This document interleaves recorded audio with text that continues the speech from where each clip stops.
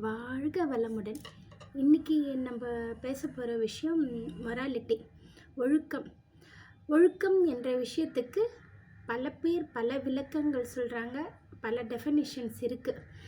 இருந்தாலும் நம்மளுடைய வேதாந்த மகரிஷி இதற்கு என்ன விளக்கம், ஒழுக்கத்திற்காக அவர் கொடுக்குற விளக்கம் என்னென்னா, thoughts, words and deeds which do not harm self or others in present or in future, physically or mentally, is called morality.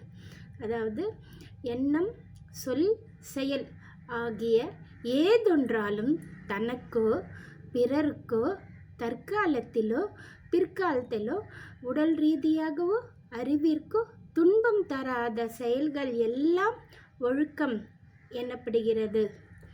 வாழ்க வளமுடன்.